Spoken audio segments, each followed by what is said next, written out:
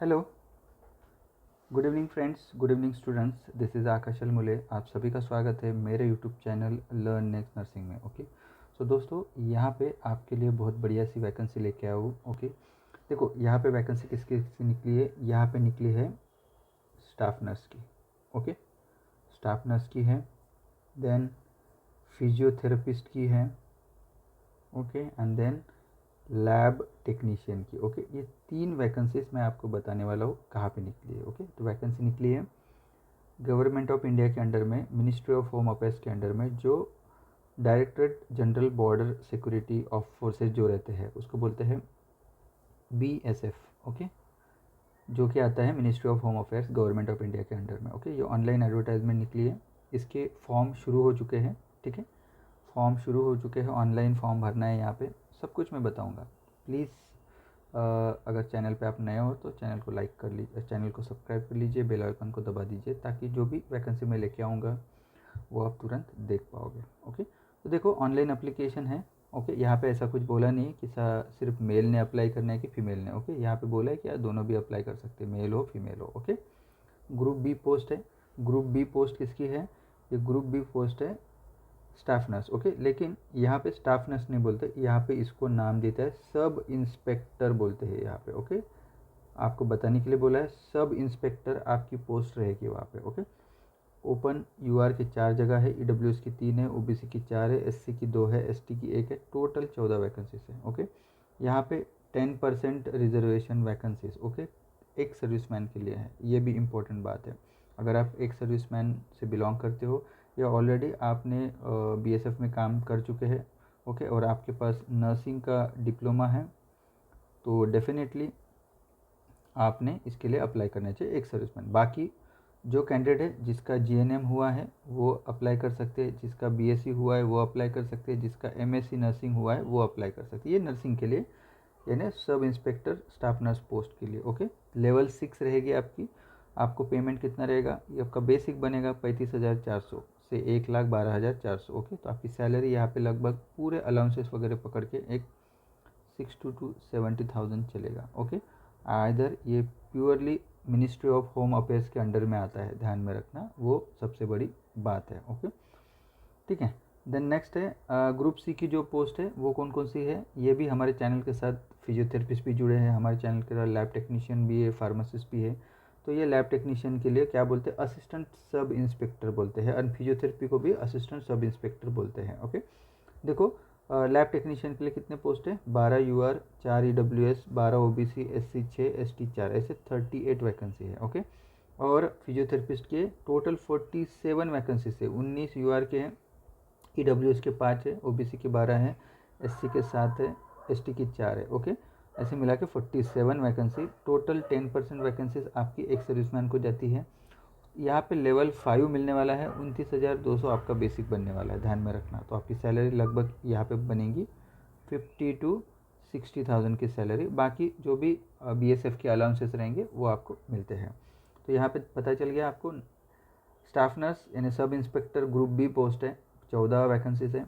Then group C में physiotherapist and lab technician आता है। ठीक है, उसकी बहुत ज़्यादा 85 वैकेंसीज आती है टोटल दोनों की मिला के, तो ये बहुत इंपॉर्टेंट है।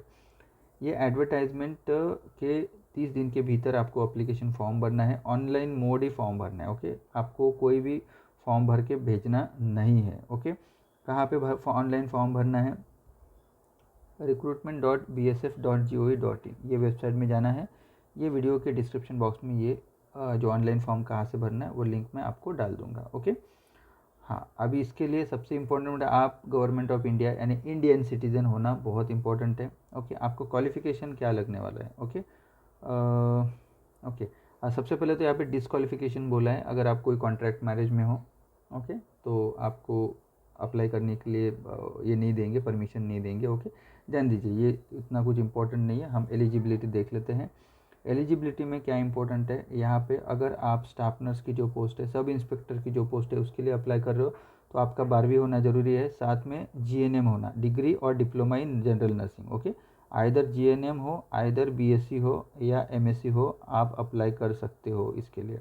सिर्फ आपको स्टेट का या सेंट्रल गवर्नमेंट का आपका रजिस्ट्रेशन होना चाहिए, दैट मीन्स INC का और अगर आप महाराष्ट्र से बिलोंग है तो MNC, आप दिल्ली से बोल रहे हो दिल्ली का, राजस्थान से राजस्थान का, कर्नाटका से तो कर्नाटक का, सब अपने अपने स्टेट का आपको नर्सिंग का रजिस्ट्रेशन होना इम्पोर्टेंट है। प्योरली आप GNM हो तो भी आप अप्लाई कर सकते हो। मोस्ट इम्पॉर्टेंट क्वेश्चन बहुत सारे बच्चों ने मुझे पूछा था। डिज़ायरेबल बोले तो क्या होता है कि अगर आपके पास जब आपका इंटरव्यू होगा, ओके, इंटरव्यू में अगर आपने देखो, सबसे पहले तो आपकी फ़ेज़ 1 में एग्ज़ाम होती है। फ़ेज़ 1 में आपकी एग्ज़ाम होने वाली है, वो एग्ज़ाम आपने क्लियर कर दी। जैसे अभी 18 वैकेंसी है, 18x6 यानी 6 गुना बच्चों को आपको वहाँ पे इंटरव्यू के लिए बुलाया जाएगा। ठीक है, वो मैं आपके आगे बता दूंगा। हाँ, डिज़ायरेबल बोले तो अगर आपके पास ट्यूबरक्लोसिस हॉस्पिटल में काम किया है, उसका अगर आपके पास एक्सपीरियंस है हॉस्पिटल एडमिनिस्ट्रेशन का, सिस्टर ट्यूटर का, या पब्लिक हेल्थ, पीडियाट्रिक, साइकेट्रिक, तो आपको डिज़ायरेबल है, यानी आपको जब इंटरव्यू में भी थोड़ा सा ये मिल सकता है, इम्पोर्टेंस मिल सकता है। लेकिन आपके फ़ेज़ 1 के मार्क्स बहुत इंपॉर्टेंट होते हैं, इसी के बेसिस पे आप आगे जाओगे, और उसके बाद अगर ये है तो आपको चांसेस और बढ़ सकते हैं। लेकिन GNM ऑल्सो अप्लाई कर सकते हैं। तो मेरे आपसे निवेदन है, अगर आपने GNM किया है, बहुत सारे बच्चे GNM किए हैं, उनको BSF में जाने के लिए ये सुनहरा मौका है, तो वो अप्लाई कर सकते हैं। लैब टेक्नीशियन के लिए क्या चाहिए? लैब टेक्नीशियन के लिए 12वीं चाहिए and diploma in medical laboratory technology, इतना ही चाहिए। फिजियोथेरेपिस्ट के लिए 12वीं होना ज़रूरी है साइंस के साथ, एंड डिग्री और डिप्लोमा इन फिजियोथेरेपी है, तो that is very important. Okay, वो इम्पोर्टेंट है। और विथ 6 मंथ एक्सपीरियंस अगर है, वो भी इम्पोर्टेंट है। सेंट्रल गवर्नमेंट, स्टेट गवर्नमेंट, कोई हॉस्पिटल में आपने किया है तो। ओके, देन उसके बाद उन्होंने बोला है कि आपको एज लिमिट कितनी है। तो अगर आप स्टाफ नर्स से बिलोंग करते हो तो आपको 21 से 30 साल के बीच में आपका एज आता है, तो आप अप्लाई कर सकते हो। अब इसमें क्या होता है, ओपन से, अगर ओपन से बिलोंग करते हो तो इतना ही है, 21 से 30 के बीच में अप्लाई कर सकते हो। अगर आपका SC ST से बिलोंग करते हो तो आपको 5 साल एक्स्ट्रा मिलेंगे, तो आप समझ लो यहाँ पे 35 साल तक फॉर्म भर सकते हो SC ST। ओके, अगर आप OBC से बिलोंग करते हो तो आप 33 ईयर्स तक फॉर्म कर सकते हो। प्योरली सेंट्रल गवर्नमेंट के रूल्स एंड रेगुलेशन, बाकी एक सर्विसमैन के लिए यहाँ पे बोला है। अब जो लैब टेक्नीशियन है 18 से 25 तक, उसमें भी आप अगर SC ST से 5 साल, OBC से 3 साल, और ये फिजियोथेरेपिस्ट के लिए 20 से 27 साल, तो इसमें आप 5 साल जोड़ देना। 27 और 5 कितना होता है? SC ST से बिलोंग करते हो तो वो उतने, और OBC है तो 27 + 3 यानी 30 ईयर्स तक आप फॉर्म भर सकते हो। ये हो गया। बाकी एज रिलैक्सेशन से रिलेटेड बहुत सारी चीज़ें हैं, आप यहाँ पे देख सकते हो। इसमें ज़्यादा टाइम अगर हम करेंगे तो बहुत डिफ़िकल्ट हो जाएगा। अगर आप गवर्नमेंट एम्प्लॉई हो, central government, state government employee हो, तो आपके लिए 5 साल का और अवधि एक्स्ट्रा ये मिलेगा। OBC है तो 8 साल, SC ST है तो 10 साल एक्स्ट्रा आपको एज रिलैक्सेशन मिल जाएगा फॉर्म अप्लाई करने के लिए। ओके, ठीक है। उसके बाद फिजिकल स्टैंडर्ड जो एग्जामिनेशन है, देखो ये तो SI और ASI लैब टेक्नीशियन फिजियोथेरेपिस्ट के लिए आपकी हाइट कम से कम 165 होनी चाहिए, मेल है तो। फीमेल है तो 150 centimetre, chest 76 centimetre, unexpanded and expanded 81 centimetre. Female के लिए कोई ज़रूरत नहीं है। वेट का भी फीमेल के लिए, हाँ, उन्होंने बोला है कि आपके हाइट और वेट के हिसाब से होना चाहिए, और ये भी हाइट और वेट के हिसाब से चाहिए। ओके, मेल के लिए 165 सेंटीमीटर आपकी हाइट होनी चाहिए, 676 सेंटीमीटर आपकी अनएक्सपैंडेड चेस्ट, और एक्सपैंडेड चेस्ट 81 सेंटीमीटर चाहिए। फीमेल के लिए ओनली 150 सेंटीमीटर का, और हाइट के हिसाब से आपकी वेट चाहिए, इतना बोला है। उसके बाद मेडिकल स्टैंडर्ड में आई टेस्ट, आपकी जो विजन है वो यहाँ पे लिखा है, विजुअल एक्यूटी डिस्टेंस।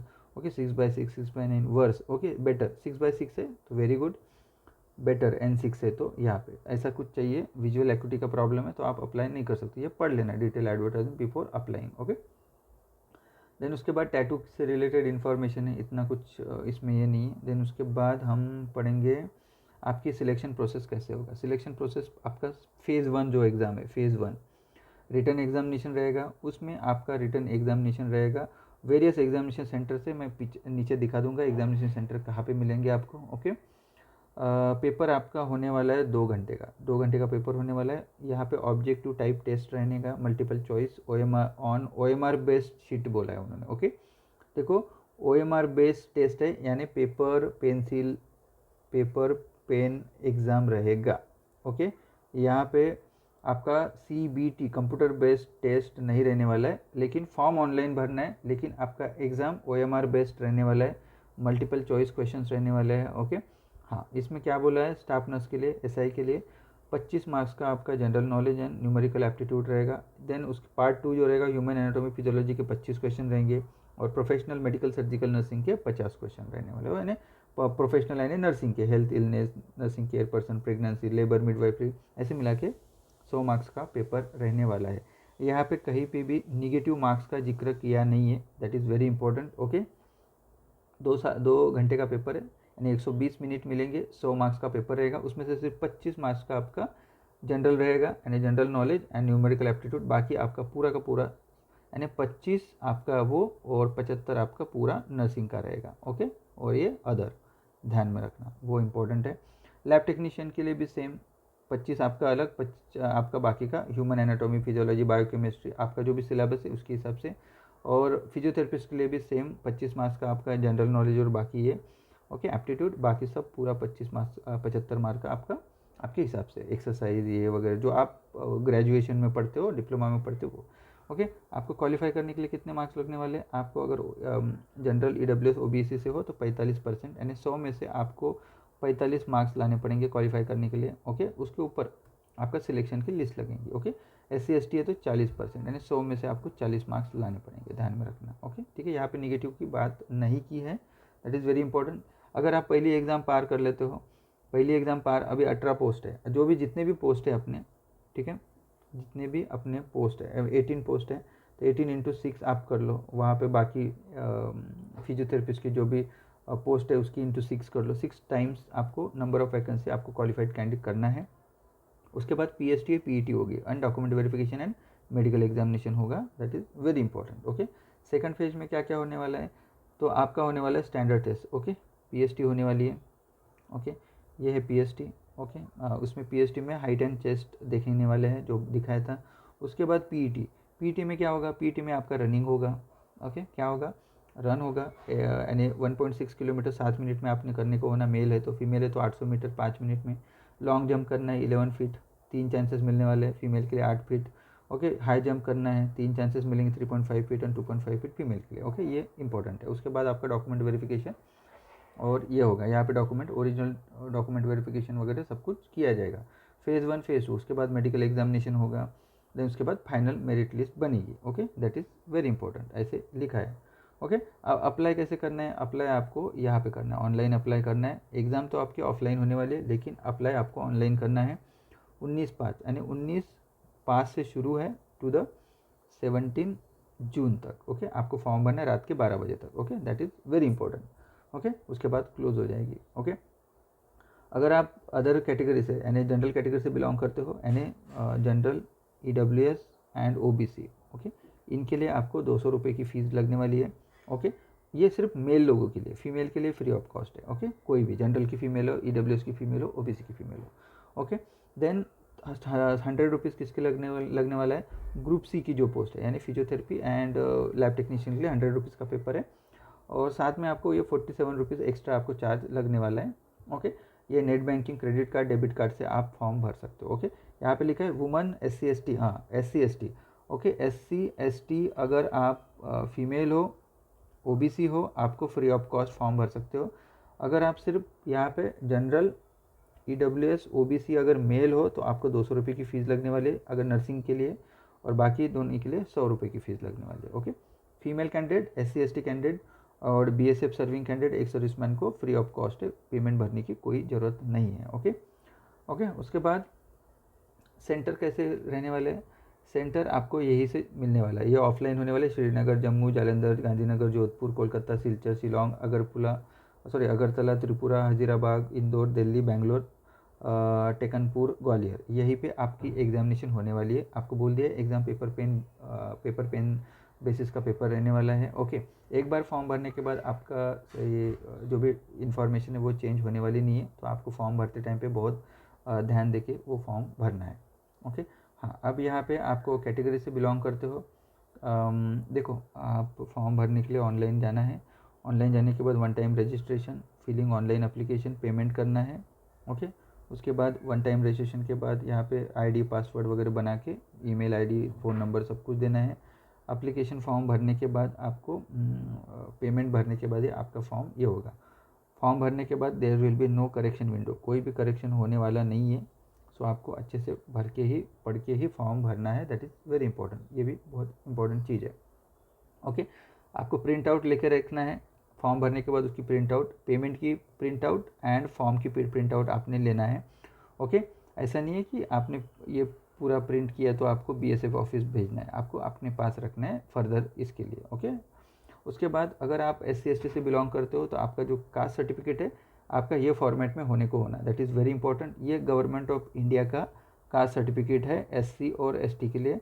अगर आप अभी तक SC/ST कैंडिडेट हो और आपने एक सेंट्रल कास्ट नहीं निकाला है तो प्लीज़ निकाल लीजिए, यही बेसिस पे आपको चाहिए। उसके बाद अगर आप OBC से बिलोंग करते हो तो OBC के लिए आपको ये लगने वाला है। ओके, दैट इज़ क्या है ये, हाँ ये है OBC के लिए। ओके, अदर बैकवर्ड के लिए इस तरीके से आपका कास्ट सर्टिफिकेट होना चाहिए, that is very important. Okay, इसको बोलते हैं NCL बोलेंगे। ओके, जो आपका OBC का जो सेंट्रल का जो कास्ट होता है, सेंट्रल का कास्ट एंड जो NCL रहेगा वो सेम ही रहता है। ओके, यहाँ पे लिख सकते हो क्रिमिनल मेंशन नहीं है, ऐसा लिखा है। ओके, साथ में ये भी OBC के लिए और एक है सर्टिफिकेट, ये भी डिक्लेरेशन आपको देना है।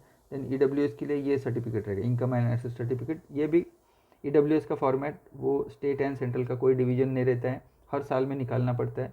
OBC रहे या EWS है, इनको सर्टिफिकेट OBC का जो सेंट्रल कास्ट है वो हर साल निकालना पड़ता है, EWS का जो सर्टिफिकेट है वो हर साल निकालना पड़ता है। Okay, that is very important, यहाँ पे लिखा रहेगा। ओके, तो इस तरीके से आपको फॉर्म भरना है। होप सो अगर इन्फॉर्मेशन सही लगी है तो प्लीज़ वीडियो को लाइक कर दीजिए, मैक्सिमम शेयर कर दीजिए। ओके, ऐसे ही वैकेंसी रिलेटेड वीडियो मैं जल्दी लेके आऊँगा आपके लिए। ओके, हाँ दूसरी अच्छी बात यह है कि आप लोगों के लिए जो BSF के प्रीवियस पेपर के हिसाब से हमने टेस्ट सीरीज़ बना के रखी है, जो भी रनिंग है अभी। ओके, जो भी रनिंग टेस्ट है वो आप परचेस कर सकते हो। अभी ESIC की UPSC ESIC की टेस्ट हमारी रनिंग है, नियर अबाउट 600 रुपीज़ की टेस्ट सीरीज़ है।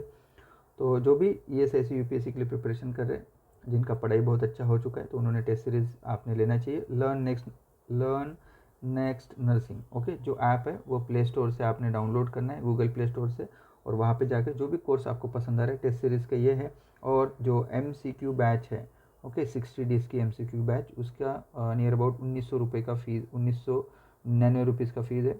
ओके, तो ये भी आप परचेस कर सकते हो। इसमें आपको रिकॉर्डेड वीडियो, पूरे बैच के रिकॉर्डेड वीडियो मिल जाएंगे, लाइव MCQ मिल जाएंगे, ये 1999 रुपये में। और 600 रुपीज़ में आपको सिर्फ टेस्ट सीरीज़ मिलेगी।